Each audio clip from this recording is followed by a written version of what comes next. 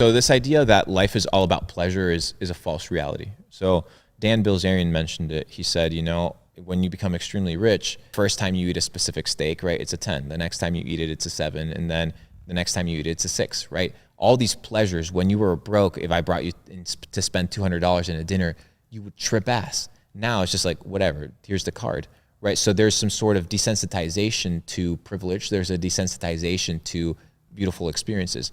So when you put yourself in circumstances that are uncomfortable, you create the artificial scenario where now you take the things that you used to have and you don't take them for granted, right? You start valuing them more, right? You spend 2 months away from your girl. Now you value her more than if you saw her every single day at all times, right? Because familiarity breeds contempt, which is this idea of you take for granted the things that you're familiar with.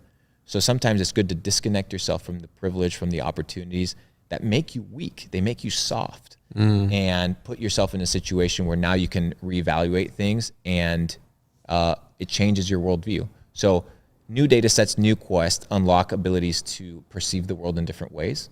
If you've never left your state, your limitation of your mind is massive, right? You don't know anything. But if you're out here traveling the world, I've been to 45 countries, I'm in my mid-20s, I'm going to do every country in the world, right? It's one of my goals. To side quest and just learn new information, new data sets. And I think that'll make me a better entrepreneur. I think it'll make me a better businessman. I think it'll make me a better partner, better father, all these things, because it's just unconventional. And you will achieve unconventional results by doing unconventional things. Okay.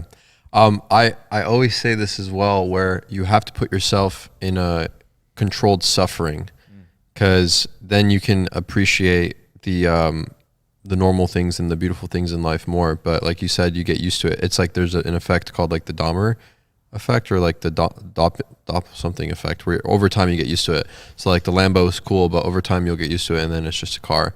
But that's why it's nice to always balance it out. And that's just, it's not something that you do a few times. It's something you have to do forever to really appreciate the good stuff, right? It's a consistent challenge, dude. But you can't view it as suffering.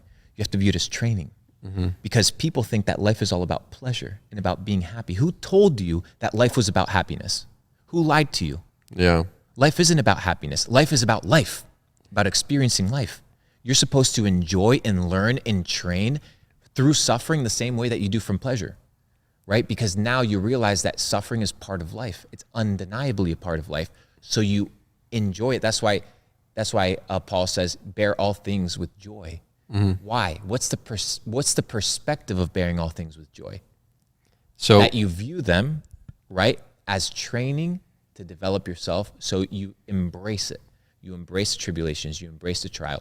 You embrace the difficulties. Just like you embrace the phenomenal sex. Just like you embrace the best food. You embrace everything in an unbiased way. Exactly, because they're all part of the human experience. So sadness and happiness are one and the same. Correct. You just need to enjoy them both. They're spectrums of the same thing.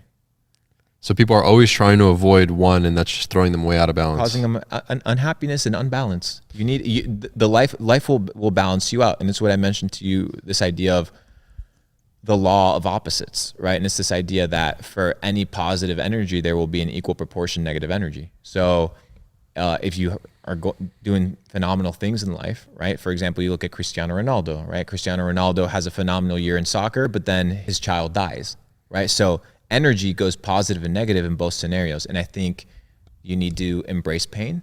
I think you need to learn through pain. I think you need to embrace beauty. And I think you need to embrace the good things and not shy away, because people don't understand that entrepreneurship, a lot of it is suffering. Because what are you doing? You're earning your way to the top. You have to earn your freedom. You have to earn your success. You have to earn your stripes. And I think that there's pain that needs to be inflicted in order for you to earn those things. Nothing beautiful comes without pain.